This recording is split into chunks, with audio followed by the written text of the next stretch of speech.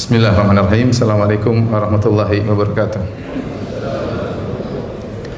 Innal hamdalillah nahmaduhu wa nasta'inuhu wa nastaghfiruhu wa natubu ilayh wa na'udzu billahi min shururi anfusina wa min sayyiati a'malina may yahdihillahu fala mudhillalah wa may yudlil fala hadiyalah. Wa asyhadu an la ilaha illallah wahdahu la syarikalah wa asyhadu anna Muhammadan abduhu wa rasuluhu la nabiyya ba'dah. Ya ayyuhalladzina amanu taqullaha haqqa tuqatih wa la tamutunna illa wa antum muslimun. Ya ayyuhan nasu taqu rabbakumul ladzi khalaqakum min nafsin wahidah wa khalaqa minha zawjaha wa batha minhuma rijalan katsiran wa nisaa'a. Wattaqullaha alladzi tasaaluna bihi wal arham innallaha kana 'alaikum raqiba. Ya ayyuhalladzina amanu taqullaha wa qulu qawlan sadida yuslih lakum a'malakum wa yaghfir lakum dhunubakum. ومن يطع الله ورسوله فقد فاز فوزا عظيما. أما بعد فإن أصدق الحديث كتاب الله وخير الهدى هدى محمد صلى الله عليه وسلم وشر الأمور محدثاتها وكل محدثة بدعة وكل بدعة ضلالة وكل ضلالة في النار. Hadirin dan hadirat yang dirahmati oleh Allah Subhanahu wa taala, para tuan-tuan, para tamu-tamu undangan yang dimuliakan oleh Allah Subhanahu wa taala. Alhamdulillah pada pagi hari ini kita dipertemukan oleh Allah Subhanahu wa taala dalam rangka untuk saling mengingatkan tentang perkara yang sangat penting, yaitu bagaimana kita bisa meninggal dunia di atas akidah yang benar, di atas tauhid yang merupakan tujuan kita diciptakan di alam semesta ini. Kita semua tahu tentang ayat wa ma khalaqtul jinna wal insa illa liya'budun. Tidaklah aku ciptakan jin dan manusia kecuali untuk menyembah Allah Subhanahu wa taala. Illa liwahidun, untuk mentauhidkan Allah Subhanahu wa taala. Ini tujuan tidak boleh hilang dari benak kita. Selalu kita hadirkan dalam kehidupan ini bahwasanya kita diciptakan untuk mentauhidkan Allah Subhanahu wa taala. Kalau kita lalai dari tujuan ini, maka kita akan terseret, terbawa kepada hal-hal yang bisa merusak akidah kita. Dan begitu banyak hal-hal yang tersebar di masyarakat yang dihembuskan oleh orang-orang yang menjadi para pengikut syaitan yang ingin agar manusia terjauhkan dari mentauhidkan Allah Subhanahu wa taala. Kita selalu ingat, kita ingin mendapatkan syafaat Nabi sallallahu alaihi wasallam. Dan orang yang paling banyak mendapatkan syafaat Nabi adalah yang paling bertauhid kepada Allah Subhanahu wa taala. Dalam satu hadis yang diriwayatkan Imam Al-Bukhari, Abu Hurairah radhiyallahu anhu pernah bertanya kepada Nabi SAW, "Ya Rasulullah, man as'adun nasi bi syafa'atika yaumal qiyamah?" Wahai Rasulullah, siapa yang paling berbahagia mendapatkan syafaatmu? Artinya apa? Umat Muhammad sallallahu alaihi wasallam tatkala mendapatkan syafaat ada marahil, ada level-level. Ada yang mendapatkan syafaat sangat banyak dari Nabi sallallahu alaihi wasallam. Makanya Abu Hurairah bertanya dengan lafal man as'adun nas. Barang siapakah yang mendapatkan syafaat paling banyak dari anda wahai Rasulullah? Maka apa jawaban Nabi sallallahu alaihi wasallam? Man qala la ilaha illallah khalisan min qalbihi.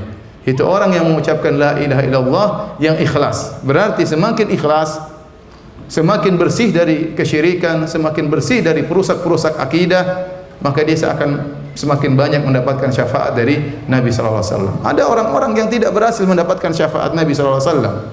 Sebagaimana dalam hadis tatkala Nabi sallallahu alaihi wasallam di Sirat, Nabi sallallahu alaihi wasallam yang pertama kali melewati Sirat. Kemudian Nabi sallallahu alaihi wasallam berkata, "Allahumma sallim sallim." Ya Allah, selamatkan selamatkan. Apakah kullun yaslam? Apakah semuanya selamat? La, tidak semuanya apa? Selamat. Sebagian mereka jatuh dalam neraka Jahannam. Sebagian mereka terjerumus dalam neraka Jahannam. Nabi sudah doakan namun mereka tidak mendapatkan syafaat Nabi sallallahu alaihi wasallam. Maka orang yang paling berbahagia di dunia maupun di akhirat adalah orang yang ikhlas, dan di akhirat dia akan mendapatkan syafaat Nabi sallallahu alaihi wasallam. Rasulullah sallallahu alaihi wasallam bersabda, "Likulli nabiyyin da'watun mustajabah." Setiap nabi memiliki doa yang dikabulkan. "Wa inni ikhtaba'tu da'wati syafa'atan li ummati. Likulli man mata minhum la yusyriku billahi syai'ah." Kata Nabi sallallahu alaihi wasallam, aku menyimpan doaku yang pasti dikabulkan sebagai syafaat bagi umatku yang akan fahyana ilatun, dia akan mengenai siapa saja dari umatku man mata la yusyriku billahi syai'a, yang meninggal dunia dalam kondisi tidak berbuat syirik sama sekali kepada Allah Subhanahu wa taala. Nah, inilah cita-cita hidup kita. Di antaranya mendapatkan syafaat Nabi sallallahu alaihi wasallam, namun syaratnya jangan berbuat syirik sama sekali. Jangan sampai rusak akidah kita sama sekali. Dan di sana banyak hal-hal yang merusak akidah. Kemudian juga Allah Subhanahu wa taala memberikan janji yang besar bagi orang yang meninggal dalam kondisi bertauhid. Allah tidak akan mengadab orang yang demikian. Waktu Nabi berkata kepada Mu'adz bin Jabal radhiyallahu taala anhu, "Atadri ma haqqullah 'alal ibad wa ma haqqul ibad 'ala Allah?" Wahai Mu'adz, tahukah engkau apa hak Allah terhadap hamba dan apa hak hamba terhadap Allah? Maka Mu'adz berkata, Allah wa Rasulullah a'lam. Allah dan Rasul lebih mengetahui. Maka kata Nabi sallallahu alaihi wasallam, haqqullah 'alal ibad. Hak Allah terhadap para hamba, alla yusyriku bihi syai'an. Jangan mereka berbuat syirik kepada Allah sama sekali. Wa haqqul ibad 'ala Allah, dan hak hamba terhadap Allah, alla yu'adziba ma la yusyriku bihi syai'a. Allah tidak akan mengadab orang yang tidak berbuat syirik sama sekali. Jadi orang kalau dia meninggal dunia kemudian dia tidak melakukan kesyirikan, maka dia paling utama untuk diampuni oleh Allah Subhanahu wa taala. Dia paling utama untuk mendapat syafaat Nabi sallallahu alaihi wasallam. Kata Nabi, kata Allah dalam hadis qudsi, ya ibadi,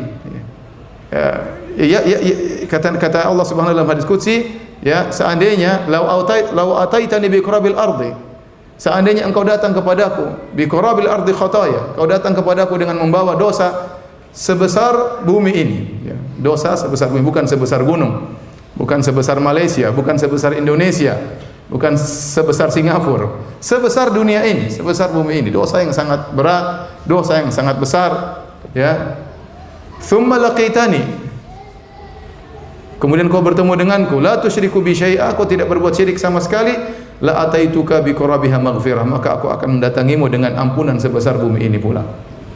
Karena hadirin hadirat yang Allah Subhanahu wa taala, inilah janji-janji Allah Subhanahu wa taala, janji-janji Rasulullah sallallahu alaihi wasallam kepada orang yang meninggal dalam kondisi bertauhid, tidak berbuat syirik sama sekali. Ini yang kita bahas. Bagaimana kita bisa terhindar dari perusak-perusak akidah, perusak-perusak tauhid, dan yang paling utama adalah kesyirikan. Hadirin dan hadirat yang dirahmati oleh Allah Subhanahu wa taala, syariat kalau sudah mengharamkan sesuatu, biasanya syariat juga mengharamkan wasilah-wasilah yang mengantarkan kepada sesuatu tersebut. Contoh, syariat mengharamkan khamar. Ya ayyuhalladzina amanu innamal khamru wal maisiru wal ansabu wal azlamu rijsun min amali syaitan fajtanibuhu la'allakum tuflihun. Wahai orang beriman, sungguhnya khamar, perjudian, patung-patung, mengundi nasib adalah najis, maka jauhilah, semoga kalian beruntung. Tatkala syariat mengharamkan khamar, maka seluruh wasilah yang menuju pada meminum khamar diharamkan. Makanya dalam hadis la'anal khamra, Nabi sallallahu alaihi wasallam melaknat khamar sampai 10 perkara dilaknat. Khamarnya dilaknat. Kemudian wasyaribaha, Allah melaknat orang yang minum khamar, wasaqiyaha, yang menumpahkan apa? Khamar. Wa bai'aha, yang menjual khamar, wa mubta'aha, yang membeli khamar, wa asiraha, yang memerah anggur untuk menjadi khamar, wa mu'tasiraha, yang menyuruh orang untuk memerah anggur untuk menjadi khamar, wa hamilaha, yang membawa khamar, wal mahmulata ilaihi, dan yang diantarkan khamar kepadanya. Sampai 10 perkara Nabi sallallahu alaihi wasallam atau Allah Subhanahu wa taala laknat.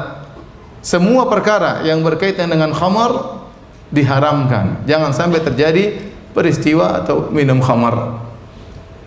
Maka yang diharamkan bukan cuma khamarnya saja, semua yang mengantarkan kepada terjadinya minum khamar diharamkan dalam syariat, karena itu seluruh wasilah yang mengantarkan kepada minum khamar diharamkan. Sampai yang memerahnya, yang menyuruh memerahkan, yang mengantarkannya, semuanya. Contoh lagi, tatkala syariat mengharamkan zina, kata Allah Subhanahu wa taala, "Wala taqrabuz zina, innahu kana fahishatan wa sa'a sabila." Janganlah kalian mendekati zina. Sungguhnya zina adalah perbuatan yang buruk dan keji. Maka syariat mengharamkan segala perkara yang mengantarkan kepada zina, bahkan dengan begitu detail. Maka diharamkan wanita bertabarruj, keluar dengan terbuka auratnya, ya. Kenapa? Karena mengundang syahwat, ya. Ini bisa menimbulkan zina.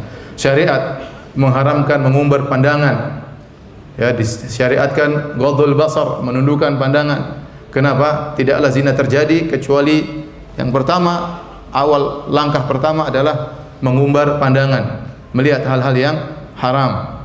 Kemudian syariat misalnya mengharamkan ikhtilat, dilarang bercampur baur antara lelaki dengan wanita. Kenapa? Karena bercampurnya lelaki dan wanita bisa menimbulkan ketertarikan dan lama-lama terjerumus dalam zina. Kemudian juga disebutkan oleh para ulama, syariat mengharamkan wanita bersafar tanpa mahram, di antaranya untuk menjaga wanita tersebut agar tidak terjadi apa yang tidak diinginkan. Demikian juga wanita diharamkan untuk keluar pakai minyak wangi. Kenapa? Karena minyak wangi bisa menggerakkan syahwat. Banyak hal yang diharamkan oleh syariat, ya. Kenapa? Karena ini bisa mengantarkan kepada perzinahan. La yakhluwanna ar-rajul bimra'atin illa kana syaitanu thalithahuma. Tidaklah seorang laki berdua-duaan dengan wanita kecuali syaitan yang ketiga. Kenapa bisa menggerakkan, mengobarkan syahwat antara sang laki dan wanita kemudian terjerumus dalam perzinahan? Semua wasilah, semua sarana yang mengantarkan kepada zina maka diharamkan dalam syariat. Contoh berikutnya, tatkala syariat mengharamkan perseteruan, permusuhan. Syariat Allah Subhanahu wa taala membuat kaidah innamal mu'minuna ikhwah. Sungguhnya orang-orang yang beriman adalah saling bersaudara. Ini kaidah. Setelah itu Allah sebutkan hal-hal yang bisa merusak kaidah ini, semuanya diharamkan. Makanya Allah mengatakan wala tajassasu, jangan bertajassus, wala yaktab ba'dukum ba'dha, janganlah saling menggibah di antara satu dengan yang lainnya, ya.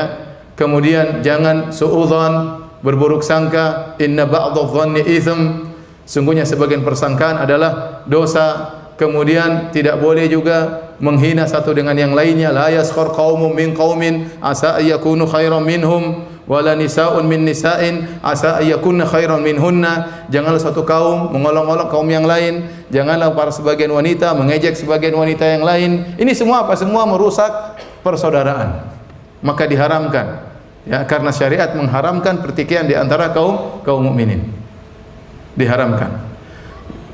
Bahkan sampai tidak boleh berbisik-bisik antara dua orang sementara mereka bertiga. Kata Nabi SAW, la yatanaja il-ithnan duna thalith fa inna dhalika yuhzinuhum. Janganlah kalau ada tiga orang kemudian yang dua berbisik-bisik Malaysia juga sama, ya, berbisik-bisik, ya, bercakap-cakap kecil berbincang-bincang pelan, ya. Itulah maksudnya, ya. Nah, sementara orang yang ketiga tidak diajak berbisik-bisik, tidak diajak berbicara. Ya, kenapa dilarang? Karena ini bisa menimbulkan suudzon kepada orang yang ketiga. Ini kenapa dua orang berbincang-bincang tidak mengajak saya? Apakah mereka sedang menggibah saya? Apakah mereka tidak memandang saya sehingga saya tidak diajak berbicara? Kenapa cuma mereka berdua yang berbicara, saya tidak diajak? Syaitan akan datang mendikte banyak hal-hal membuat pertikaian di antara kaum muslimin. Sampai sekecil itu syariat haramkan demi untuk menjaga persatuan dan persahabatan di antara kaum muslimin. Sampai syariat juga mengatakan la yakhtibur rajulu ala khitbati akhihi wa la yabi ar-rajulu ala bai'i akhihi. Tidak boleh seorang menjual di atas jualan saudaranya. Tidak boleh seorang membeli di atas pemberian saudaranya. Tidak boleh seorang melamar di atas lamaran saudaranya.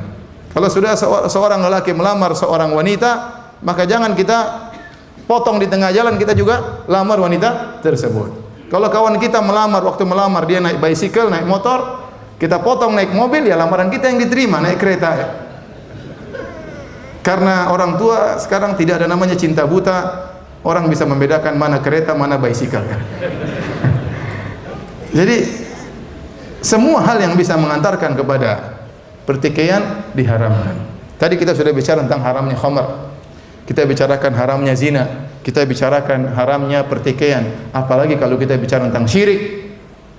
Syirik yang dia adalah a'dhamu dzulm, kezaliman yang terbesar. Inna syirka la dzulmun azim. Ya, kezaliman yang paling besar. Sebagaimana tauhid a'dalul adl, keadilan yang paling adil tauhid, maka kezaliman yang paling rusak adalah kesyirikan. Karena kita tahu dosa terbesar adalah syirik, ya. Maka seluruh wasilah-wasilah yang mengantarkan kepada kesyirikan Semuanya diharamkan oleh syariat dan sangat ketat. Ya. Kalau masalah zina saja segala wasilah syariat mengharamkan dengan ketat, apalagi kalau sudah kita bicara tentang masalah kesyirikan. Ya ikhwan, ya akhwat yang dirahmati oleh Allah Subhanahu wa taala. Kenyataan pahit yang masih tersebar di tanah air kita. Saya kurang tahu tentang Malaysia, tapi kalau saya berbicara tentang Indonesia, kesyirikan masih merupakan topik utama, bukan topik kedua. Sebagian orang mulai berdakwah, kemudian mulai tidak perhatian lagi terhadap tauhid, mulai meninggalkan peringatan terhadap kesyirikan, seakan-akan kesyirikan sudah tidak ada lagi. Seakan-akan orang yang berdakwah tentang tauhid, melarang dari kesyirikan hanyalah orang-orang yang mutakhallifin, orang-orang yang terbelakang, yang berdakwah tidak tahu tentang fiqhul waqi. Kita katakan bahwasanya kondisi umat sampai sekarang ini masih banyak tersebar apa? Kesyirikan, masih banyak. Kita berbicara tentang Indonesia. Indonesia, betapa banyak kuburan yang diagungkan. Betapa banyak kuburan yang disembah di tanah air kita di Indonesia. Bahkan kalau orang mau cari uang gampang, tinggal tulis kuburan keramat 500 meter. Sudah orang akan datang situ. Pernah ada satu kejadian, saya diceritain sama kawan. Ada kuburan tiba-tiba muncul di tengah hutan. Kuburan tersebut tiba-tiba muncul. Yang menakjubkan, kuburan tersebut dikasih pagar. Kemudian kuburan tersebut bisa naik sendiri, bisa turun sendiri. Orang-orang datang, lempar uang, ya. Ada sadanahnya, ada juru-juru kuncinya. Lempar uang, nangis-nangis berdoa di situ. Kenapa? Kuburannya bisa naik sendiri, turun sendiri. Belakangan ketahuan ada yang mompa dari jauh. Ya, subhanallah. Tangisan-tangisan itu kemarin dikemanakan? Ternyata kuburan tidak ada isinya, dan itu kenyataan. Bahkan ada sebagian kuburan yang tidak ada isinya. Contoh seperti kita di tanah air, ada namanya kuburan Mbah Priuk. Kuburan Mbah Priuk di Jakarta Utara. Itu luar biasa, orang sana berbondong-bondong. Sementara Majelis Ulama Indonesia sudah mengeluarkan buku bahwasanya kuburan tersebut tidak ada isinya. Tidak ada isinya. Tapi orang-orang berbondong-bondong ke sana, ya. Karena hal itu merupakan mata masukan penghasilan bagi sebagian orang. Ini perkara yang menyedihkan. Saya ditanya sama seorang waktu saya ngisi pengajian, "Ustadz, saya di kuburan, ada kuburan di Jawa Timur, ya, kemudian ada seorang datang, dia mau beli barang kepada saya, dan saya sempat dengar dia berkata, saya dengar kalau minta diimbah situ dikabulkan." Subhanallah. Minta diimbah penghuni kubur akan dikabulkan, atau di sunan tersebut akan dikabulkan. Akhirnya orang-orang pada mengagungkan kuburan. Kalau kita berbicara tentang jimat-jimat, hadits wala haraj, ya. Jimat di tanah air Indonesia sangat banyak, ya, dengan berbagai macam modelnya. Kalau kita berbicara tentang dukun, juga sangat banyak, ya. Bahkan ada paguyuban para dukun, ya. Perkumpulan para normal. Mereka bikin paguyuban, bikin perkumpulan, bikin muasasah paranormal, muasasah para dukun, ya. Mereka mengeluarkan majalah-majalah tentang perdukunan, ramalan-ramalan di mana-mana, ya. Bisa online, ya, bisa juga, subhanallah. Masih banyak perdukunan, masih banyak. Masih banyak. Saya dengar juga sebagian dukun diekspor ke Malaysia. Wallahu alam benar atau tidak, bisa dicek nanti, ya. Tapi masih banyak perdukunan.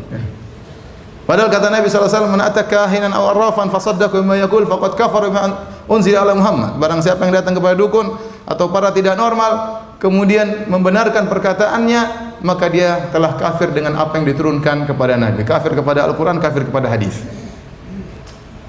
Sementara dukun masih banyak. Kemarin kasus baru-baru terjadi di tanah air Indonesia. Tahu-tahu ada seorang mengaku bisa menggandangkan uang. Banyak orang yang taruh uang sama dia. Ya. Uang 1 juta ringgit bisa menjadi 10 juta ringgit. Berlipat ganda uang, orang-orang taruh, invest sama dia, kemudian dia keluarkan uang banyak. Subhanallah.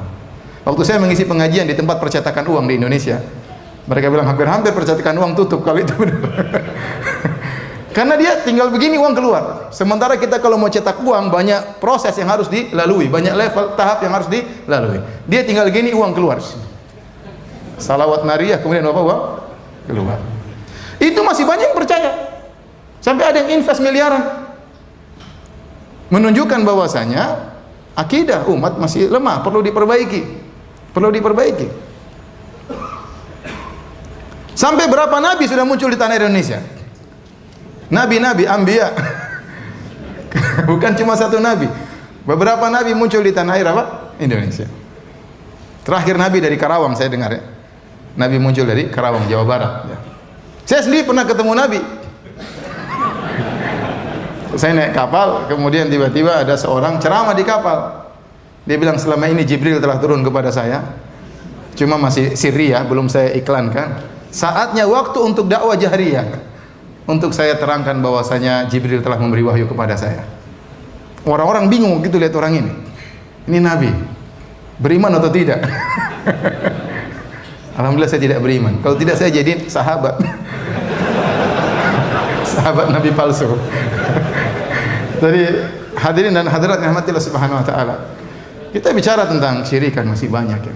Masih banyak orang bergantung kepada, bertawakal kepada selain Allah subhanahu wa ta'ala. Masih banyak tanah kita. Oleh karenanya tatkala syirik masih tersebar, maka para duat tetap fokus untuk mengingatkan umat tentang bahaya kesyirikan. Tentang bahaya kesyirikan. Karena ini adalah tujuan utama kita berdakwah, untuk mengingatkan umat kepada tujuan utama mereka hidup di atas muka bumi. Ya. Bukannya kita lalai dengan yang lain, semua tetap dibahas ya. Fikih tetap dibahas, bahwasanya sirah Nabi tetap dibahas, akhlak tetap dibahas. Tetapi yang paling utama adalah membahas bagaimana tauhid, agar seorang terus menggantungkan hatinya kepada Allah Subhanahu wa taala. Ya. Agar seorang terus terjauhkan dari kesyirikan kepada Allah Subhanahu wa taala. Nah, pada pertemuan kita kali ini kita akan membagi pengajian menjadi dua sesi. Sesi pertama yang akan saya bahas, saya akan fokus kepada syirik-syirik besar, dan kemudian sesi kedua nanti Dr. Syafiq Basalama hafizahullah taala akan bahas terutama tentang tatoyur, tentang syirik-syirik kecil yang juga sangat tersebar di tanah air kita ya.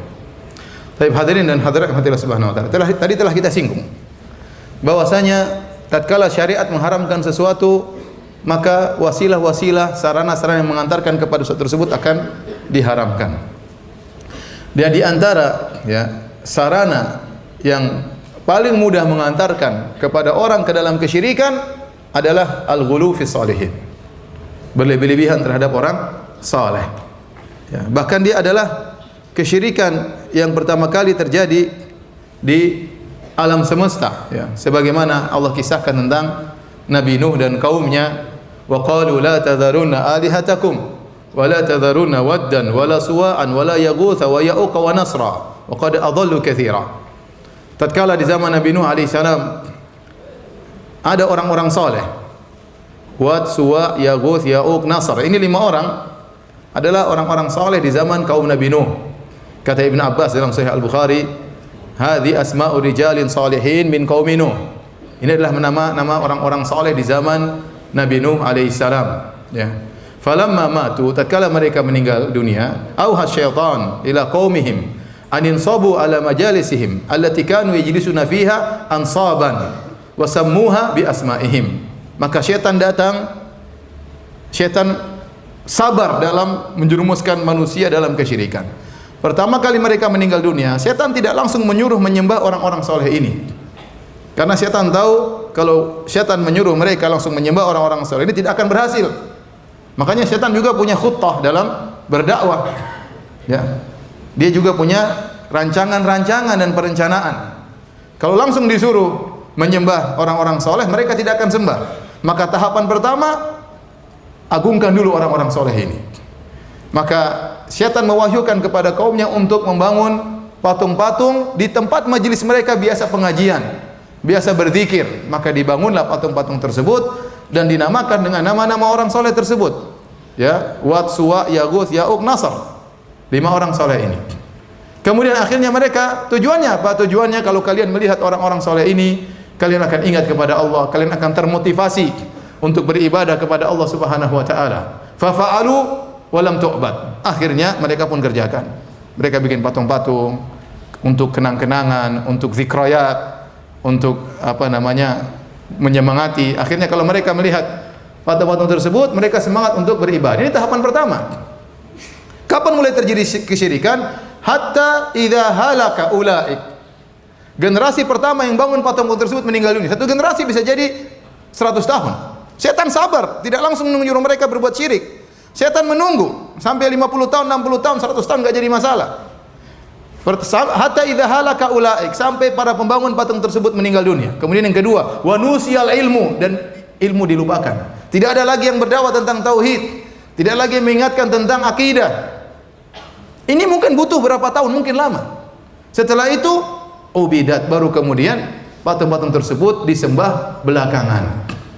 Bagaimana syaitan memasukkan kesyirikan dengan tahapan, di antaranya dengan melalui pengagungan terhadap orang saleh.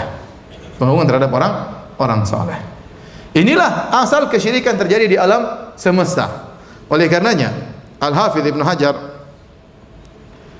rahimahullahu taala dalam Fathul Bari berkata, wa qissatus salihin kanat mubtada'a ibadati qaumi nuhin hadhil asnam thumma tabi'ahum man ba'dahum ala dhalik. Kisah orang-orang saleh merupakan awal mulanya dari peribadatan kaum Nuh terhadap orang-orang saleh. Thumma tabi'ahum man ba'dahum ala dhalik. Kemudian diikuti oleh generasi selanjutnya. Jadi awal kesyirikan, ya. Dan ini awal kesyirikan terjadi di alam semesta adalah karena pengagungan terhadap orang-orang saleh. Dan kenyataan yang ada, itulah sebab utama terjadi kesyirikan. Kita berbicara tentang kesyirikan yang ada dalam semesta. Pertama, kaum Nabi Nuh. Gara-gara apa? Menyembah orang saleh. Kita berbicara tentang kesyirikan kaum Yahudi. Wa qalatil yahudu Uzairun ibnullah. Orang-orang Yahudi berkata Uzair adalah anak Allah. Disembah oleh mereka. Kenapa? Uzair adalah seorang yang sangat saleh. Ya, sampai disebutkan kalau kita baca sejarah Uzair dalam tafsir, ya, disebutkan bagaimana solehnya Uzair. Ya, bahkan dia hafal Taurat dan dia luar biasa mengajarkan agama kepada masyarakat Bani Israel. Ya. Namun mereka mengagungkan Uzair. Kemudian Nasara, wa qalatin Nasara al-Masih ibnullah. Berkata orang-orang Nasrani bahwasanya Nabi Isa adalah anak Allah. Sama, kesyirikan orang Nasrani juga gara-gara pengagungan terhadap orang saleh. Nabi Isa alaihissalam disembah, dia orang saleh. Setelah dia diangkat oleh Allah Subhanahu wa taala, pengagungan semakin bertambah. Dan itu kejadian yang ada seperti itu. Orang saleh kalau masih hidup diagungkan, kalau dia meninggal lebih diagungkan lagi. Kenapa? Kalau dia masih hidup kita masih lihat sifat manusianya, masih lihat kekurangannya. Tapi begitu dia meninggal, yang tersisa kebaikannya, keburukannya hilang. Sehingga orang kemudian dibisiki oleh syaitan sehingga menganggap bahwasanya ia semakin hebat, akhirnya disembah. Jadi ternyata orang-orang saleh juga terjerumus dalam kesyirikan gara-gara pengagungan terhadap orang saleh. Kita bicara tentang kaum musyrikin Arab. Sebab apa mereka terjerumus dalam kesyirikan? Karena pengagungan terhadap orang saleh. Bukankah Lata, ya, yang disembah oleh orang-orang musyrikin Arab dahulu adalah orang saleh, ya. Afara'aitumul Lata wal Uzza, ya, yang Allah sebutkan. Wa manata tsalitsatul ukhra. Lata ini kata Ibnu Abbas radhiyallahu anhuma kana yalitu sawiqa lil hujjaj. Lata ini dahulu adalah orang yang saleh yang suka membuat adonan makanan dibagi-bagikan kepada jamaah haji, dibagikan secara gratis. Dia bagikan makanan kepada jamaah haji secara gratis. Tatkala dia meninggal dunia, maka dibuatlah patung di atas kuburannya, akhirnya disembah. Ya, ternyata kesyirikan mereka juga gara-gara penyembahan terhadap orang saleh. Kita bicara tentang umat Buddha. Umat Buddha demikian juga. Siapa Buddha? Buddha manusia. Di zaman dia masih hidup, dia tidak pernah menciptakan langit, tidak pernah menciptakan bumi. Dia ada setelah bumi dan langit ada. Hewan-hewan juga sudah ada, manusia ada, baru kemudian dia muncul belakangan. Kapan dia disembah? Setelah dia meninggal dunia. Dianggap saleh oleh kaumnya, akhirnya dijadikan sebagai Tuhan. Jadi masalah orang saleh disembah inilah asal dari kesyirikan di alam semesta dan masih berlangsung hingga saat ini. Betapa banyak orang-orang saleh yang diibadahi. Apalagi orang-orang saleh tersebut ternyata menyimpang dan ridha untuk diibadahi. Ridha untuk diibadahi. Semasa dia hidup orang datang kemudian bertabaruk kepada badannya, dia biarkan. Orang datang kepada dia kemudian minta macam-macam, dia biarkan, ya. Bahkan dia kasih jaminan-jaminan surga, ya. Bahkan dia obral-obral surga kepada para pengikutnya. Bahkan dia berkata, nanti kalau saya masuk surga, Saya tidak akan masuk kecuali sampai murid-murid saya masuk dulu, baru saya masuk. Jadi dia mau masuk surga, kata malaikat, tafadhal, silakan masuk. Kata dia, tunggu dulu malaikat. Masih banyak murid-muridku belum masuk. Semuanya suruh masuk dulu. Subhanallah. Dia berani demikian di akhirat. Nah, murid-muridnya kalau dengar seperti ini, semakin mengkultuskan dia. Karena kalau ngikut dia pasti masuk surga. Ini guru kita masuk surga, dan dia tidak akan masuk surga, dia sudah janji, kecuali semuanya sudah masuk surga dulu. Ya akhi, siapa yang bisa? Kata Allah Subhanahu wa taala, "Afaman haqqa alaihi kalimatul adzabi afa anta tunqidhu man finnar?" Apakah engkau bisa menyelamatkan orang dari neraka jahanam wahai Muhammad? Afa anta tunqidhu man finnar? Nabi Muhammad tidak bisa. Nabi Muhammad SAW berkata kepada putrinya, "Ya Fatimatu bintu Muhammadin, salini mimma lima syi'ti, la ugni anki minallahi syai'a." Wahai Fatimah, putrinya Muhammad, kalau minta harta bilang sama saya, bapakmu kasih. Tapi saya tidak bisa menyelamatkan engkau sama sekali. Qul la amliku li nafsi naf'an wala dharran illa ma syaa Allah. Aku tidak menguasai kemudaratan dan manfaat bagi diriku, apalagi bagi orang lain. Oleh karenanya, orang-orang soleh ini ada yang benar-benar soleh, ada yang pura-pura soleh. Ada yang pura-pura soleh. Ya. Kemudian kita dapati kondisi masyarakat zaman sekarang ini. Mereka berlebih-lebihan kepada orang soleh, bahkan mereka berlebih-lebihan kepada orang gila. Orang-orang gila yang majnun dianggap wali, disebut wali majdub. Sampai wali majdub tersebut dikunjungi oleh ulama. Saya nggak tahu yang gila yang mana, yang dikunjungi atau yang mengunjungi. Ajib, saya lihat, subhanallah. Ini wali gila, kemudian terkadang pakaiannya nggak benar, terkadang ganggu perempuan, terkadang merokokan, tidak sholat. Kemudian orang datang. Jadi kata Ibnu Taimiyah rahimahullah ta'ala, kalau sudah ada kesesatan, apapun berat kesesatan tersebut, pasti ada pengikutnya. Pasti ada pengikutnya. Kita sekarang heran, ada orang gila dicari keberkahannya, ada orang gila dimintai doanya. Ya akhi, kalau ente sekarang dirubah jadi orang gila gitu, ente mau? Sekarang ente sama dia luar biasa, pengagungan luar biasa. Kita lihat. Kemudian ada dai-dai yang melegalkan ini semua, mendatangkan dalil bahwasanya wali gila itu ada. Subhanallah. Ya akhi, rufi'a anhul aqlam. Orang gila itu tidak dicatat apapun. Dia sama seperti anak orang tidur, sama dengan anak masih kecil, sama dengan orang gila. 3 orang. Kata Nabi SAW, tidak ditulis catatan bagi mereka. Kenapa? Gila. Nah, kalau kita bilang ada orang gila saja diagungkan luar biasa, bagaimana dengan orang-orang yang soleh? Ini kenyataan pahit yang terjadi di masyarakat. Oleh karenanya para hadirin hadirat yang Allah Subhanahu wa taala, bahas tentang tauhid tetap masih hangat, masih terus kita ingatkan, ya. Kecuali setan libur. Kalau setan sudah libur, ya, iblis sudah istirahat, sudah tobat, ya baru kita berhenti bicara apa? Tentang tauhid. Antum kira iblis apa yang paling dia utamakan untuk dia bicarakan? Apa yang paling utama untuk dia serukan? Kepada dosa apa sih? Dosa kesyirikan, sudah jelas. Karena syirik itulah yang bisa membuat manusia menemani dia di neraka jahanam. Kalau dosa-dosa lain, iya, iblis juga menyuruh kepada dosa-dosa lain. Tapi yang paling utama bagaimana agar manusia bisa terjerumus dalam kesyirikan agar bisa menemani iblis di neraka jahanam. Ya. Kemudian datang sebagian orang mengatakan tidak perlu lagi bahas tauhid. Orang sudah pada bertauhid. Ya akhi, sekarang orang ilhad saja banyak sekarang.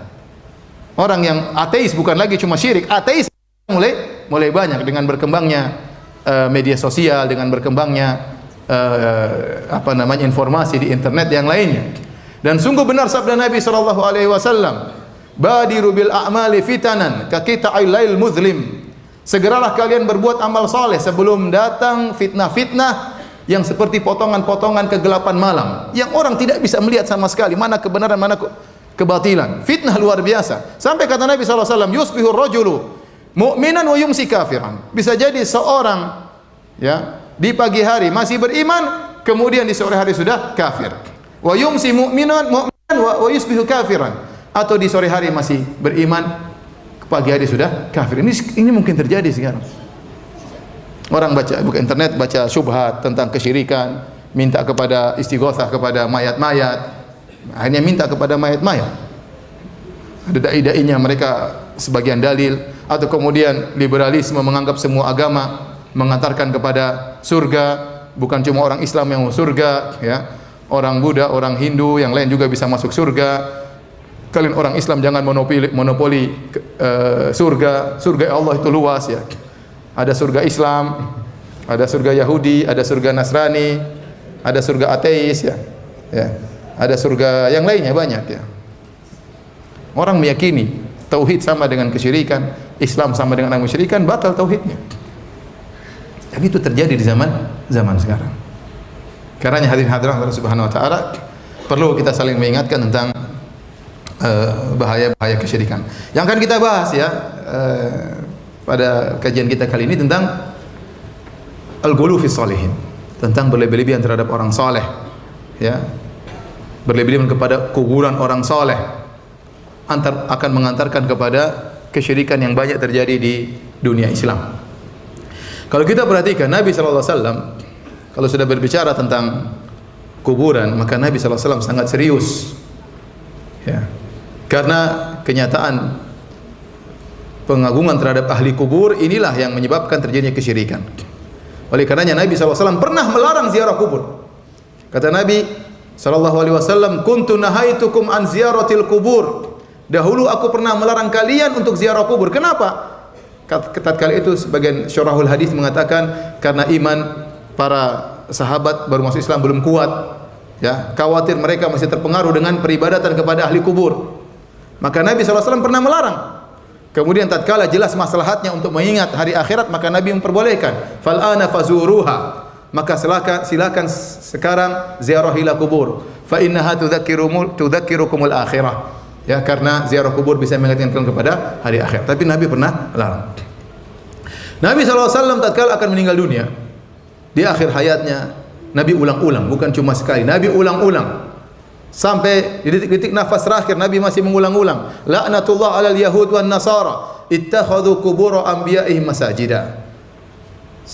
Allah telah melaknat orang-orang Yahudi Nasrani, mereka menjadikan kuburan-kuburan nabi mereka sebagai masjid-masjid, tempat ibadah. Ini Nabi ucapkan di akhir hayatnya. Nabi berkata, Allahumma la taj'al qabri wathanan yu'bad. Ya Allah, janganlah engkau jadikan kuburanku sebagai berhala yang disembah. Nabi berdoa kepada Allah. Ini kekhawatiran, ya. Kalau Nabi tidak khawatir, kenapa Nabi susah-susah seperti ini? Sampai di akhir hayatnya, sampai tatkala Nabi benar-benar demam, Nabi ambil kain tutup, Nabi buka lagi kain tersebut, sakaratul maut, Nabi ucapkan kalimat ini. La'natullah 'alal yahudi wan nasara ittakhadhul qubur anbiya'ihim masajida. Allah melaknat Yahudi Nasrani, mereka menjadikan kuburan nabi-nabi mereka menjadi masjid, tempat beribadah. Karena kalau kita lihat masalah kuburan, Nabi kata, ya, Nabi SAW mengatakan tentang kuburan, ya, Nabi melarang albina 'alaiha. Nabi melarang jangan meninggikan kuburan. Sampai Nabi SAW pernah mengutus Ali bin Abi Thalib, alla tada' timthalan illa tamastahu wala qabran musyrifan illa sawaitahu. Jangan kau biarkan ada patung kecuali kau hancurkan, dan jangan kau biarkan ada kuburan yang tinggi kecuali kau ratakan. Ini pernah Ali radhiyallahu anhu mengerjakan tugas ini dari Nabi. Kemudian Ali menugaskan anak buahnya Abul Hayyaj. Kata Ali bin Abi Thalib, ala aba'athuka ala ma ba'athani Rasulullah sallallahu alaihi wasallam, maukah aku tugaskan engkau sebagaimana Rasulullah SAW pernah menugaskan aku. Allah tada timthalan illa tamastahu. Jangan kau biarkan ada patung kecuali kau hancurkan. Wala qabran musyrifan illa sawaitahu. Dan tidak ada kuburan yang tinggi kecuali kau ratakan. Ali pernah menjalankan tugas tersebut. Kemudian Ali pernah menyuruh orang untuk menjalankan tugas tersebut. Maka saya katakan, orang-orang yang mencintai Nabi SAW, mencintai Ali bin Abi Thalib, apalagi yang mengaku bahwasanya Nabi dan Ali bin Abi Thalib adalah leluhur mereka, nenek moyang mereka, mereka lebih utama untuk menjalankan tugas ini. Mereka lebih utama untuk mengingatkan umat dari pengagungan terhadap kuburan, bukan sebaliknya. Bukan sebaliknya. Saya ulangi, ini tugas pernah ditugaskan oleh Nabi Muhammad SAW kepada Ali bin Abi Thalib. Oleh karenanya orang-orang yang mengaku bahwasanya mereka keturunan Nabi Muhammad SAW, keturunan Ali bin Abi Thalib, mereka lebih utama untuk menunaikan tugas mulia dari leluhur mereka ini, mengingatkan manusia jangan sampai mengagungkan terhadap kuburan. Kemudian juga Nabi SAW melarang kuburan, alla yujassas wa la yuktab alaih. Tidak boleh disemen, tidak boleh ditulisin. La tusallu ilal kubur Dalam riwayat, jangan kalian salat ke arah kuburan. Wala tusallu 'alaiha, jangan kalian salat di atas kuburan. Semua berkaitan dengan kuburan.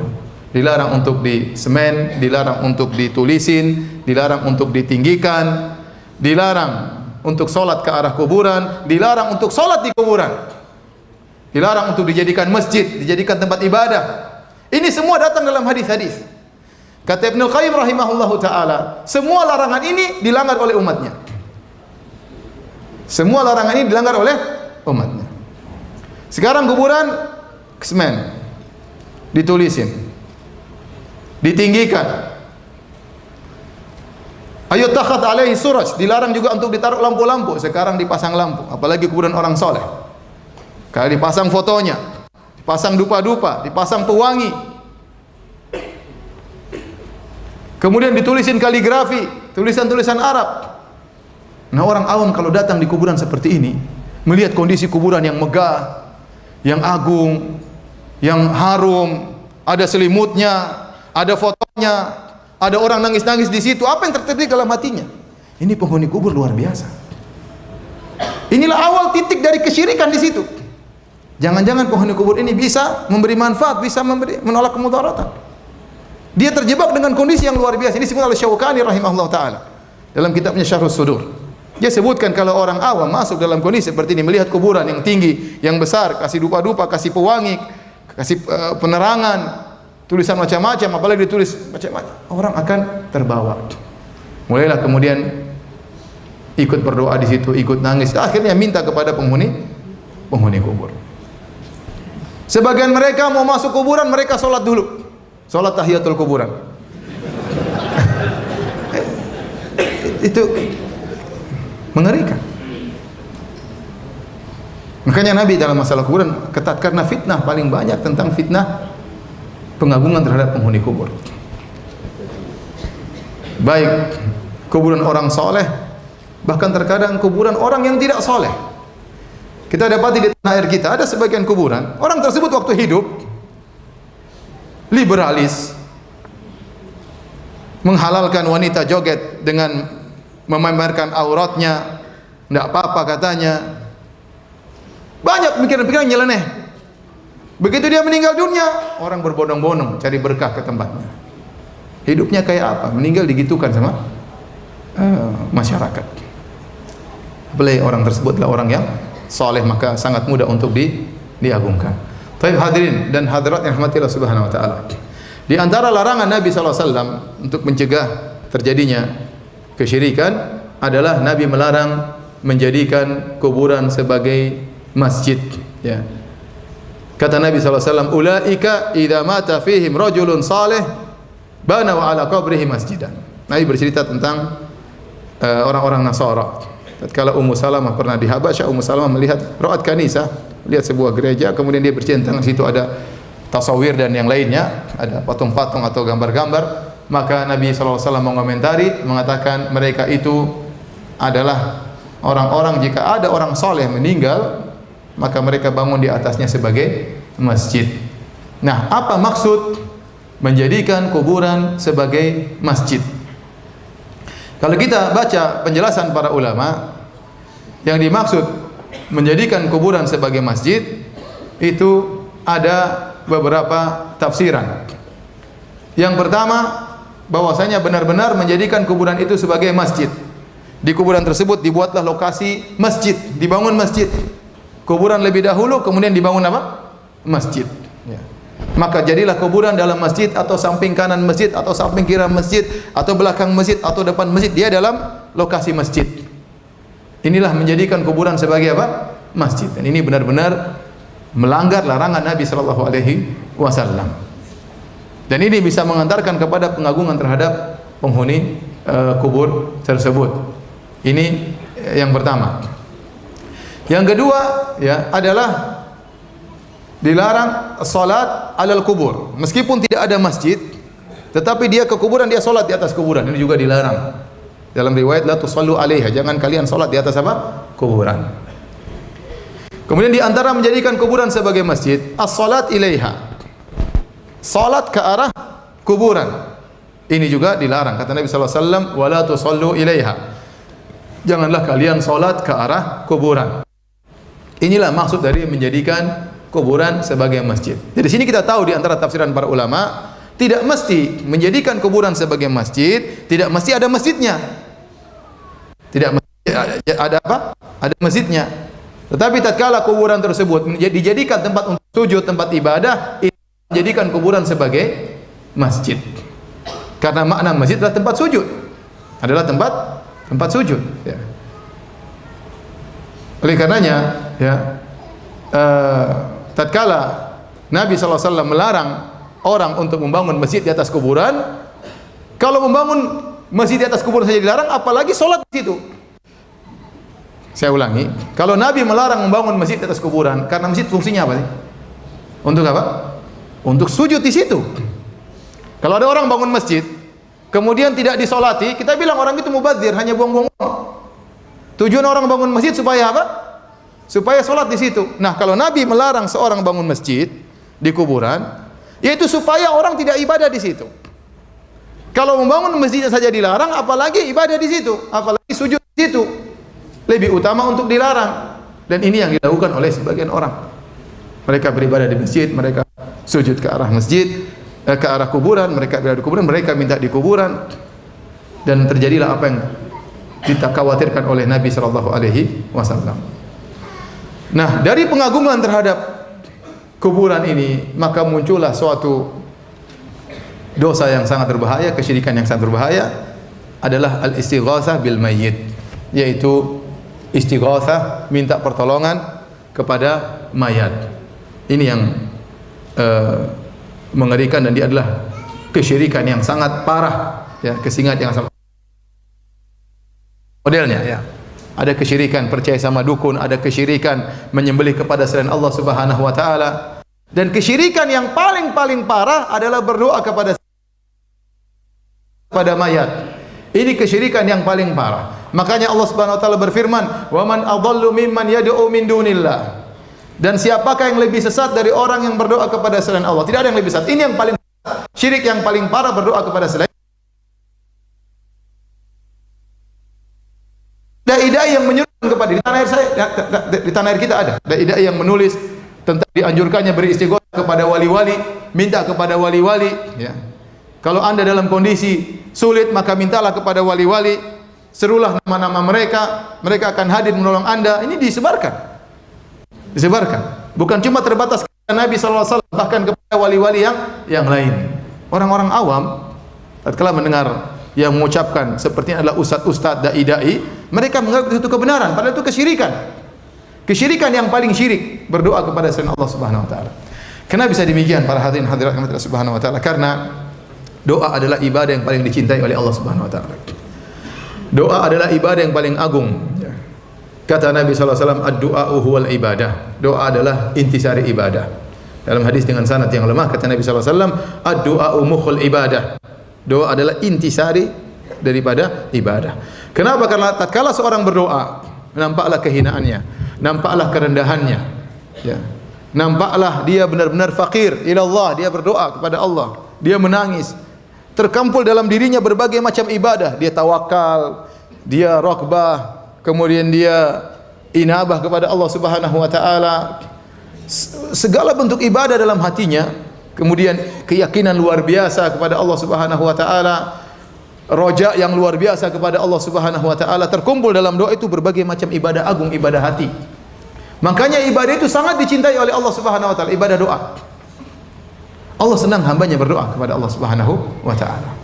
Man lam yas'alillah yaghdab minhu. Barang siapa yang tidak meminta kepada Allah, murka kepadanya. Allah senang hambanya menangis, merintih, mengemis-ngemis, minta kepada Allah Subhanahu wa taala. Terlebih lagi dalam kondisi sujud, kerendahan hati ditambah dengan kerendahan fisik. Makanya kata Nabi sallallahu alaihi wasallam, aqrabu ma yakunul abdu min rabbih wa huwa sajid. Seorang sangat dekat dengan Rabbnya tatkala sedang apa? Sujud. Fa aktsiru fihi doa, maka perbanyaklah doa. Jadi ini ibadah yang sangat agung, yang menunjukkan pengakuan seorang akan kekurangannya dan pengagungan terhadap Rabbul Alamin. Kemudian dia serahkan ibadah ini kepada makhluk. Kerendahan ini yang harusnya dia serahkan kepada Allah, tangisan ini pengharapan, ya, tawakal yang luar biasa harusnya diserahkan kepada Allah, ternyata dia serahkan kepada selain Allah Subhanahu wa taala. Mulailah dia minta kepada nabi, kemudian dia minta kepada wali, dia minta kepada sunan, ya, datang kepada kuburan-kuburan, kemudian dia minta kepada orang mayat-mayat tersebut, maka ini gugur Islamnya, batalah apa? Islamnya. Jadi ini adalah dosa yang sangat parah, syirik yang paling berbahaya, al-istighatsah bil amwat, minta-minta kepada mayat, ya. Kalau minta-minta kepada Nabi SAW saja merupakan syirik akbar, apalagi minta kepada selain Nabi SAW. Hadirin dan hadirat yang dirahmati Allah Subhanahu wa taala. Dalam masalah doa, kita ini minta langsung kepada Allah. Ini agama Islam, agama mudah. Anda punya masalah, minta langsung kepada Allah. Tidak usah pakai perantara. Makanya sebagian ulama seperti Ar-Razi dan yang lainnya, tatkala menafsirkan firman Allah Subhanahu wa taala, wa idza sa'alaka ibadi anni fa inni qarib ujibu da'watad da'i idza da'an. Wahai Muhammad, jika hamba-hambaku bertanya kepada engkau tentang aku, katakanlah aku dekat. Ujibu da'watad da'i idza da'an. Aku mengabulkan doa orang yang minta kepadaku. Jadi dalam ayat ini Allah menyuruh Nabi untuk mengabarkan kepada hamba-hamba Allah, jika hamba-hambaku bertanya kepada engkau tentang aku, katakanlah aku sangat dekat. Aku, kata Allah, wa idza sa'alaka ibadi anni fa inni qarib. Jika hamba-hambaku bertanya kepada engkau tentang aku ini sangat dekat. Aku mengabulkan doa orang yang mohon kepadaku. Allah tidak mengatakan katakanlah wahai Muhammad aku ini sangat dekat. Tapi kalimat katakanlah ini Allah hilangkan. Allah tidak mengatakan faqul inni qarib, tidak. Faqul inna rabbakum qarib, tidak. Allah tidak mengatakan jika hamba-hambaku bertanya kepada engkau tentang aku, maka katakanlah. Kalimat maka katakanlah ini enggak ada dalam ayat. Tapi langsung Allah mengatakan fa inni qarib. Allah langsung beri jawaban, aku ini sangat dekat. Ini menunjukkan, kata sebagian ulama, tatkala minta kepada Allah tidak perlu pakai perantara. Menunjukkan Anda husnudzon kepada Allah. Anda yakin punya Tuhan. Anda berbaik sangka kepada Allah Subhanahu wa taala. Tatkala kita perhatikan ayat-ayat yang lain tentang yas'alunaka, semuanya ada fakul, katakanlah. Contoh, yas'alunaka anil ahillah, qul hiya mawaqitu linnas. Mereka bertanya bagi manusia. Wa yas'alunaka, ada engkau tentang anak-anak yatim, katakanlah. Yas'alunaka anil mahid, qul hiya adhan fa'tazilun nisaa fil mahid, qul huwa adhan, ya. Katakan, mereka bertanya kepada engkau tentang haid, katakanlah. Seluruh ayat-ayat yang datang wa yas'alunaka ya. Mereka bertanya kepada engkau, ada sekitar 8 ayat atau 9 ayat, semua jawaban Allah selalu kul, katakanlah. Tetapi tatkala bertanya tentang doa, wa idza sa'alaka ibadi anni, jika mereka bertanya kepada engkau tentang aku, langsung Allah jawab fa inni qarib, sesungguhnya aku dekat. Allah tidak mengatakan kepada Muhammad katakanlah. Kenapa? Karena masalah doa langsung kita minta kepada Allah Subhanahu wa taala. Kita agama yang mudah.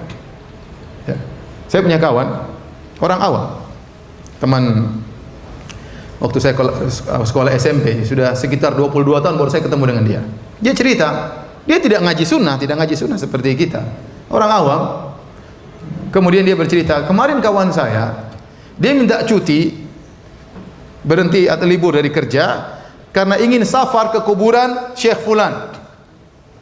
Supaya apa? Dia punya hajat untuk minta ke Syekh Fulan tersebut.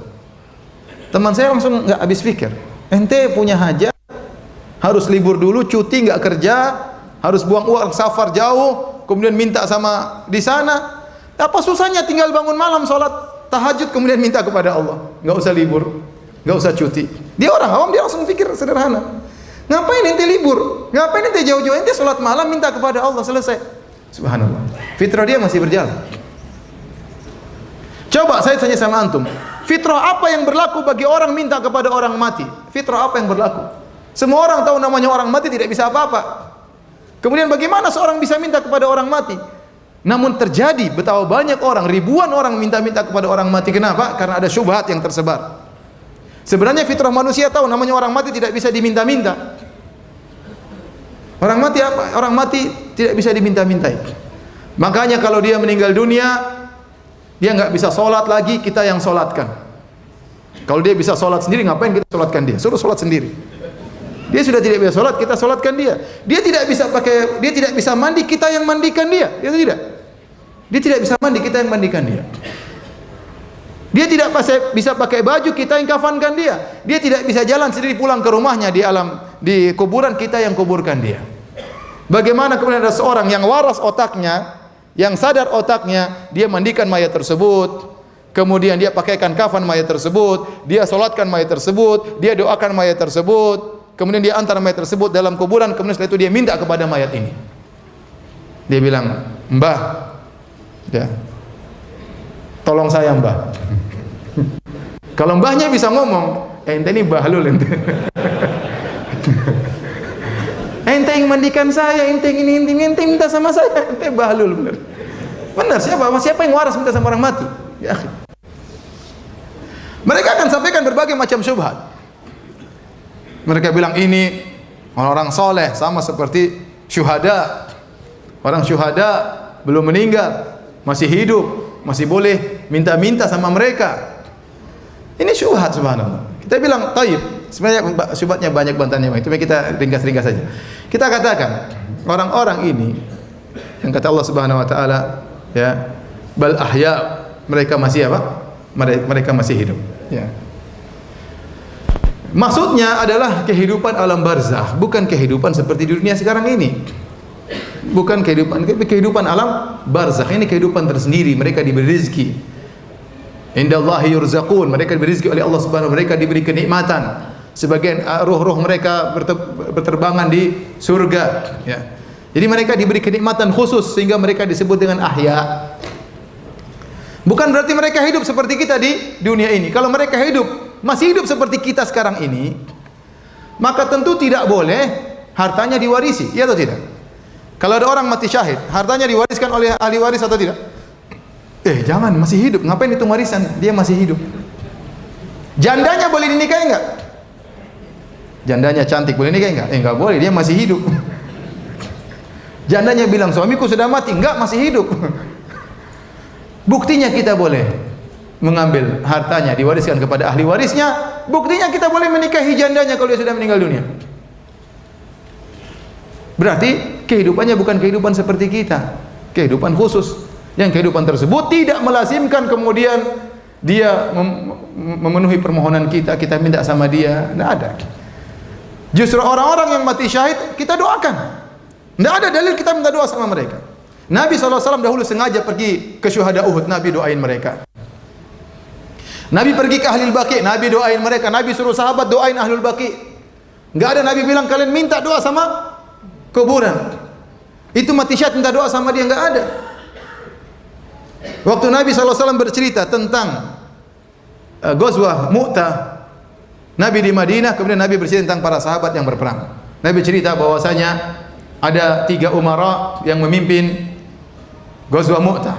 Yang pertama adalah Zaid bin Harithah. Maka Nabi SAW berkata dari para sahabat, "Faqutila Zaidun syahidan, fastaghfiru li akhikum." Kata Nabi SAW, maka Zaid mati syahid, mohonkan ampunan baginya. Maka para sahabat mendoakan ampunan. Allah maghfir lahu, ya Allah ampunilah Zaid bin Harithah. Mati syahid loh. Kemudian Nabi bercerita lagi, fa akhadha ya Ja'far bin Abi Thalib. Yang mengambil bendera peperangan. Kemudian kata Nabi, faqutila Ja'far syahidan, istaghfiru li akhikum. Maka Abi Thalib meninggal mati syahid, maka doakan dia, mohon ampunan baginya. Yang disuruh berdoa siapa? Yang masih hidup. Untuk siapa? Yang sudah meninggal dunia. Kemudian diambil lagi bendera oleh Abdullah bin Rawaha. Maka kata Nabi SAW, faqutila syahidan, Abdullah bin Rawaha meninggal mati syahid, fastaghfiru lahu, maka mohonlah ampunan baginya. Para sahabat mendoakan, ya. Jadi mereka tetap kita doa untuk mereka, bukan kita minta doa sama mereka. Oleh karenanya sekarang ingin dibalik hakikat bahwasanya orang yang hidup butuh kepada yang mati. Ini sangat tidak logis, sangat tidak masuk akal, tetapi laris di masyarakat. Seharusnya orang-orang mati butuh kepada yang hidup. Sekarang dibalik logikanya, justru orang-orang hidup butuh kepada orang yang mati. Orang berbondong-bondong datang kepada orang mati kemudian minta kepada orang mati. Kita punya ziarah kubur. Ziarah kubur tersebut syar'i tatkala memenuhi tujuannya.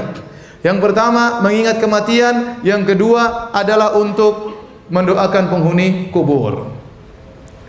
Itu tujuan dari ziarah kubur. Itu yang diajarkan oleh Rasulullah SAW. Fa innaha tudzakirukumul akhirah. Ziarahilah kuburan karena kuburan mengingatkan kepada akhirat. Kemudian berdoa kepada penghuni kubur. Assalamualaikum ahlad diyar minal muslimin wal mu'minin wa inna insyaallah bikum lalahikun. Nas'alullaha lana wa lakumul afiyah. Keselamatan bagi kalian wahai penghuni kubur, mukminin maupun muslimin. Kami akan nyusul kalian. Kami mohon kepada Allah agar mengampuni kami atau menyelamatkan kami dan menyelamatkan kalian. Jadi itulah dua tujuan ziarah kubur. Sekarang ziarah kubur dirubah tujuannya. Tujuannya minta kepada penghuni kubur. Tujuannya terkadang orang sudah kurang mengingat kematian. Sebagaimana bid'ah-bid'ah yang dilakukan oleh sebagian kaum muslimin, membuat kuburan mereka seperti kuburan orang-orang Nasara. Dibelilah kuburan yang mahal-mahal, dibuatlah taman-taman, dibuatlah air mancur di kuburan, agar orang ke kuburan santai. Tidak terlalu sedih, justru ente ke kuburan biar sedih, biar ingat mati. Dibuat kuburan besar-besar, dibuat kuburan tinggi-tinggi. Sampai kuburan dijual 500 juta, sampai kuburan dijual 1 miliar. Ya akhi, subhanallah. Ntar orang masih banyak kelaparan kuburan. Sehingga akhirnya fungsi dari ziarah kubur hilang. Di antaranya meminta kepada penghuni kubur. Ini yang menyedihkan, yang bahaya, yang sangat rawan kepada timbulnya syirik akbar, yaitu beristighatsah kepada mayat. Inilah syirik dalam doa. Hadirin dan hadirat yang dirahmati oleh Allah Subhanahu wa taala, ini salah satu perusak akidah yang sangat berbahaya, yaitu berdoa kepada selain Allah Subhanahu wa taala. Adapun syirik yang kedua yang juga sangat berbahaya, yang juga tersebar di sebagian tanah air, adalah menyembelih kepada selain Allah Subhanahu wa taala. Adzabhu li ghairillah, menyembelih kepada selain Allah Subhanahu wa taala. Kita tahu bahwasanya menyembelih adalah ibadah yang sangat agung. Makanya Nabi sallallahu alaihi wasallam atau Allah Subhanahu wa taala berfirman, "Qul inna salati wa nusuki wa mahyaya wa mamati lillahi rabbil alamin." Katakanlah bahwasanya salatku dan sembelihanku, ya hidupku dan matiku hanya untuk Allah Subhanahu wa taala. Sebagaimana salat hanya untuk Allah, menyembelih juga hanya untuk Allah Subhanahu wa taala. Fa sholli li rabbika wanhar. Salatlah engkau karena Allah dan menyembelihlah juga karena Allah Subhanahu wa taala. Bahkan kata para ulama bahwasanya di antara bukti kita bersyukur kepada Allah, kita melakukan dua ibadah ini, salat dan menyembelih. Ini bukti besar bahwasanya Anda bersyukur kepada Allah. Karena surat Al-Kautsar ini turun kepada Nabi. Nabi diberikan nikmat besar, yaitu sungai di surga namanya Al-Kautsar. Apa kata Allah? Inna a'tainaka Al-Kautsar. Kami berikan kepada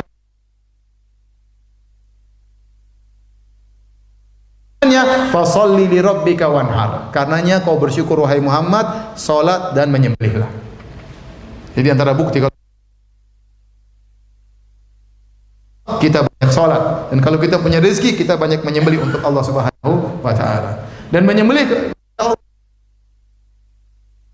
Allah, Idul Adha kita ada kurban untuk Allah Subhanahu wa taala, hajian kita ada ya untuk Allah Subhanahu wa taala. Nabi sallallahu alaihi wasallam tatkala haji, ya beliau hidup pas-pasan, tetapi tatkala beliau berniat untuk bisa menyembelih untuk Allah tatkala haji, maka beliau menyembelih 100 ekor onta untuk Allah Subhanahu. Kita tatkala haji, kita cari kambing yang paling murah. Ada kambing berapa di Marcel? Ada yang 300? Ada Ustaz. Ada enggak yang 200? Cari yang paling murah untuk Allah Subhanahu wa taala. Kalau cari HP yang paling mahal. Handphone yang paling mahal. Kalau kambing yang paling apa? Yang paling murah. Tapi saya pernah orang tanya sama saya musim haji, Ustaz, saya ini nyembelih kambing Ustaz, tapi kambing tersebut murah dan sangat kecil. Saya nggak tahu sah atau tidak.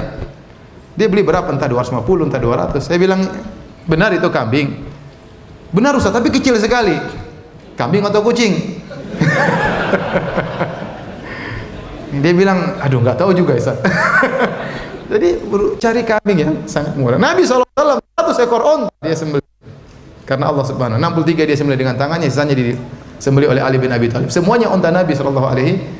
Jadi bukti Anda bahwasanya Anda itu bersyukur kepada Allah, perbanyak salat. Kalau Anda punya uang, perbanyak sembelih. Perbanyak sembelih. Dan ibadah yang utama dari sembelih itu bukan masalah dagingnya, itu ibadah nomor 2-nya. Nomor pertamanya menyembelihnya. Makanya kalau seorang bisa langsung nyembelih itu lebih afdal. Dia bisa langsung nyembelih itu lebih afdal, ya. Apalagi kambing tersebut dia beli, kemudian dia gemukkan, dia tunggu di rumah, dia kasih makan tiap hari untuk disembelih. Timbul senang kepada kambing tersebut, sayang kepada kambing tersebut, tapi dia sembelih untuk apa? Allah Subhanahu. Itu rasa ibadah lebih tinggi lagi, ya. Oleh karenanya kalau bisa sembelih langsung, karena ibadah yang paling agung itu sembelihnya. Dagingnya nomor 2. Makanya boleh makan sendiri, meskipun tidak kasih orang, kita sah-sah saja kalau kita sembelih kita makan, ya. Tetapi kenapa? Karena yang paling utama masalah apa? Menyembelihnya. Apalagi kalau kita bagikan kepada fakir miskin, ya, terutama hewan korban misalnya. Hadirin, nah, ibadah menyembelih ini hanya untuk Allah Subhanahu wa taala. Inna salati wa nusuki, sungguhnya salatku dan sembelihanku hanya untuk Allah Subhanahu wa taala. Yang berhak untuk dialirkan darah dari hewan ini adalah kepada zat yang mengalirkan darah dalam tubuhnya. Dialah Allah Subhanahu wa taala. Nah, barang siapa yang menyembelih kepada selain Allah, maka dia syirik akbar. Karena dia menyerahkan ibadah kepada selain Allah. Kata Nabi sallallahu alaihi wasallam, la'anallah man dzabha li ghairi.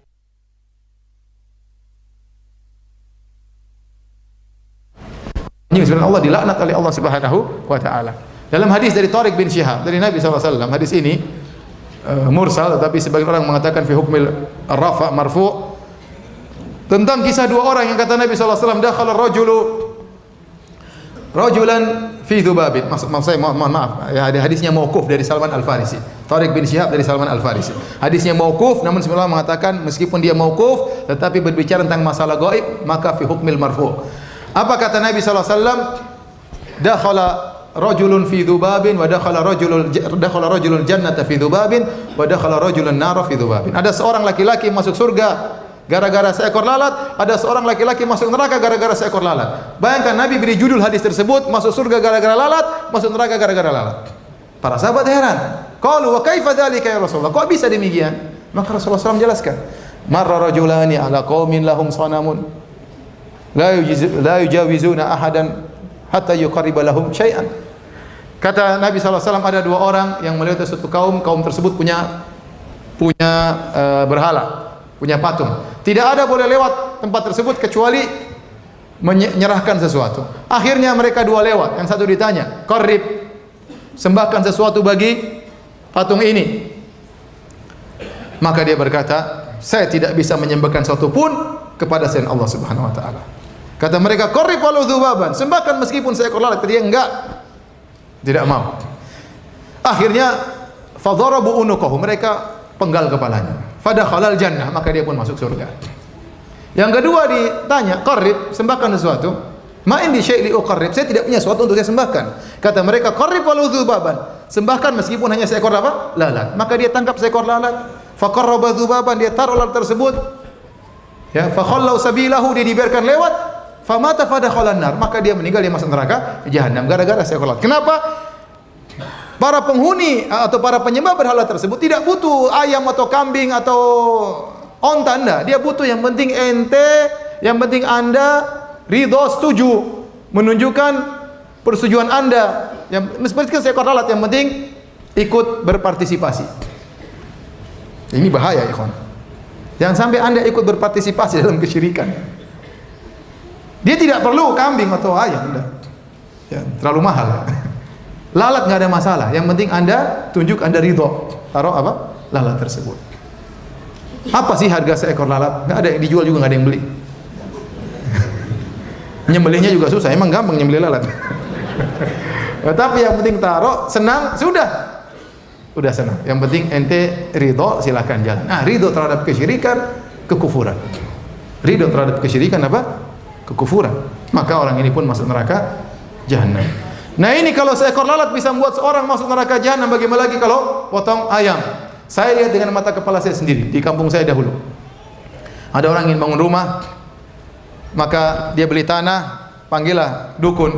Kata dukun, ini ada penjaga tanahnya, ada jinnya. Supaya dia tidak mengganggu, kamu cari ayam 3 ekor hitam.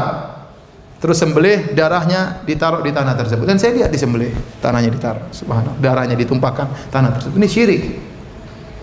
Syirik kepada Allah Subhanahu wa taala. Ini mengeluarkan seorang dari Islam. Seperti di sebagian lokasi di tanah air, mereka takut dengan seorang jin perempuan namanya Nyi Roro Kidul. Mereka takut. Kata mereka, kalau kita tidak menyembahkan sesuatu, maka akan terjadi ombak besar dan akan makan korban banyak. Harus kita bikin acara tahunan, yaitu motong sapi atau kerbau, kemudian diserahkan kepada laut tersebut. Subhanallah, ini syirik akbar. Meskipun dikatakan ini adalah budaya Nusantara, ini budaya kesyirikan, harus dilarang. Kalau ini budaya dilakukan oleh agama lain, silakan. Di tanah kita ada toleransi membiarkan orang di atas kesyirikannya. Tapi kalau ini orang Islam, harus ditegur. Kalau yang melakukannya orang Islam, kita sayang sama mereka, kita harus tegur. Tidak boleh dibiarkan. Ini kesyirikan. Rame-rame mengadang, potong kambing, kemudian potong kerbau, kemudian lepaskan. Kejadian yang baru-baru kejadian juga musibah di tanah air juga gara-gara apa? Ada pengobatan dengan kambing, kambingnya ditusuk, biarkan darahnya keluar, dibiarkan mati. Wah, ini diserahkan ke laut. Bayangkan, sudah syirik, menyiksa kambing ya. Dan terjadi apa yang terjadi. Ini semua syirik akbar ya. Oleh karenanya hadirin Allah Subhanahu wa taala, ini di antara kesyirikan yang banyak terjadi di sebagian masyarakat kita, masih menyembelih kepada selain Allah Subhanahu wa taala. Yang terakhir yang saya sampaikan tentang syirik akbar yang banyak terjadi juga di tanah air adalah mempercayai perkataan dukun. Mempercayai perkataan dukun. Menurut pendapat yang rajih di kalangan para ulama, bahwasanya membenarkan perkataan dukun tatkala dia berbicara tentang hal gaib, maka itu adalah kekufuran. Itu adalah kekufuran. Kata Nabi SAW, man ataka hinan aw arrafan fasaddaqahu bima yaqul faqad kafara bima unzila ala Muhammad. Barang siapa yang datang kepada dukun atau kepada paranormal yang mengaku-ngaku tahu tentang barang hilang, ya, maka dia benarkan perkataan mereka, maka sungguh dia telah kafir kepada apa yang diturunkan kepada Muhammad. Itu kafir kepada Al-Quran dan kafir kepada hadis Nabi SAW. Karena Al-Quran dan hadis menyatakan tidak ada yang tahu hal yang gaib kecuali siapa? Allah Subhanahu wa taala. Dan ini di antara kesyirikan yang juga banyak tersebar di tanah air. Sekarang ini orang banyak mengadakan model-model perdukunan yang model baru, yang kontemporer ya. Ada orang sekarang, kalau zaman dulu sudah, tapi sekarang berkembang ya. Dahulu kita tahu ada orang meramal dengan melihat apa? Garis tangan. Dulu orang meramal garis tangan saya, Ustadz, antum bagus Ustadz. Ini kan lurus 100. Maksudnya istrinya 1 kali. Apa hubungannya? 1, ini kan lurus ya. Kalau antum kan terbelah kayak begini kan. Apa hubungannya? Melihat garis tangan. Garis tangan bisa menunjukkan masa depan. Kalau kita percaya, ini kufur. Kalau kita percaya, ini kekufuran. Karena dia takahan, dia sedang mempraktekkan perdukunan. Ada orang mempraktekkan perdukunan dengan bantuan syaitan, ada dengan selain syaitan. Dengan ilmu yang kata mereka, dengan melihat garis tangan, maka dia bisa menentukan masa depan. Kalau kita percaya, ini kekufuran. Ada juga melihat finjan, misalnya, dan ini saya pernah lihat juga orang seperti itu ya. Di kampung saya banyak dukun juga. Mungkin sudah ke Malaysia sekarang. Jadi cari barang orang hilang, dia ambil kopi, saya lihat sendiri, dia ambil kopi, kemudian diaduklah kopi tersebut, kemudian dibiarkan sesaat, terus dia lihat. Oh, itu orang hilang itu di sini, di pasar atau di mana gitu. Yang nonton, ya benar ya. Di mana? Saya nggak bisa toplis, tapi sekitar situ. Ya sama aja, nggak kedapatan juga akhirnya. Tapi maksudnya kalau kita percaya dia tahu tentang seperti ini kekufuran. Karena arraf. Dia tidak tahu, dia manusia tidak tahu tentang apa yang di luar sana. Ini gaib bagi dia. Kemudian juga ada orang meramal dengan garis-garis di tanah, ya. Ada orang meramal dengan perbintangan, ya. Kamu lahir bintang Sagittarius, bintang Scorpio, bintang apa lagi? Libra, bintang apa lagi? Itu bintang apa, Pak? Ini kalau bintang ini, akhirnya dia baca di majalah ada bintang Libra apa Sagittarius, bulan ini keuangan sulit, bulan ini dia diomelin istri. Saya nggak percaya. Terus dia pulang, diomelin istri benar. Waduh, benar-benar. Akhirnya dia mulai percaya. Itu bahaya. Sekarang ada model yang baru yang lebih canggih. Sekarang saya dengar orang meramal masa depan dengan melihat golongan darah. Ya, apa hubungannya golongan darah dengan apa? Dengan masa depan seseorang. Ya. Ini ada yang baru. Ini semua adalah bentuk perdukunan dan banyak sekali bentuk. Nah, kalau barang siapa yang percaya dengan dukun-dukun ini yang meramal masa depan dengan trik-trik mereka, dengan cara-cara mereka, maka ini merupakan kekufuran. Ada khilaf memang di kalangan ulama yang mengatakan kufur asghar, kufur akbar, tapi yang benar dia telah mempercayai orang ini tahu tentang ilmu gaib, tentang masa depan, berarti dia kufur kepada Allah Subhanahu wa taala. Dan kita tahu betapa banyak dukun di tanah air kita. Banyak, hampir setiap kampung ada dukun. Yang jadi masalah dukun di tanah air kita disegani, ditakuti, dihormati, ya. Orang-orang bahkan menghormati dukun, ya. Ya, padahal dukun itu harusnya ditangkap dan dipenggal kepalanya, harusnya. Tetapi di tanah air kita malah dihormati, dikagumi, diagungkan dan yang lainnya. Taib, hadirin dan hadirat Allah Subhanahu wa taala, inilah sebagian dari beberapa perusak-perusak akidah yang tersebar di masyarakat. Semoga Allah Subhanahu wa taala menjauhkan kita, menjauhkan keluarga kita dan anak-anak kita dari semua kesyirikan ini, dan kita berdoa sebagaimana doa Nabi Ibrahim alaihissalam, wa junubni wa baniya an na'budal asnam. Ya Allah, jauhkanlah kami dan jauhkan keturunan kami dari kesyirikan di antara penyembahan terhadap berhala. Demikian saja. Wallahu taala alam bisawab. Insyaallah kajian selanjutnya dilanjutkan oleh Al-Ustadzul Fadil Syafiq Basalama hafizahullah taala. Wallahu taala. Insyaallah habis Dr. Syafiq menyampaikan materinya, silakan sampaikan pertanyaan apa tertulis, ya, baik yang berkaitan ceramah saya maupun ceramah Dr. Syafiq. Wallahu taala alam bisawab. Jazakallahu khairan.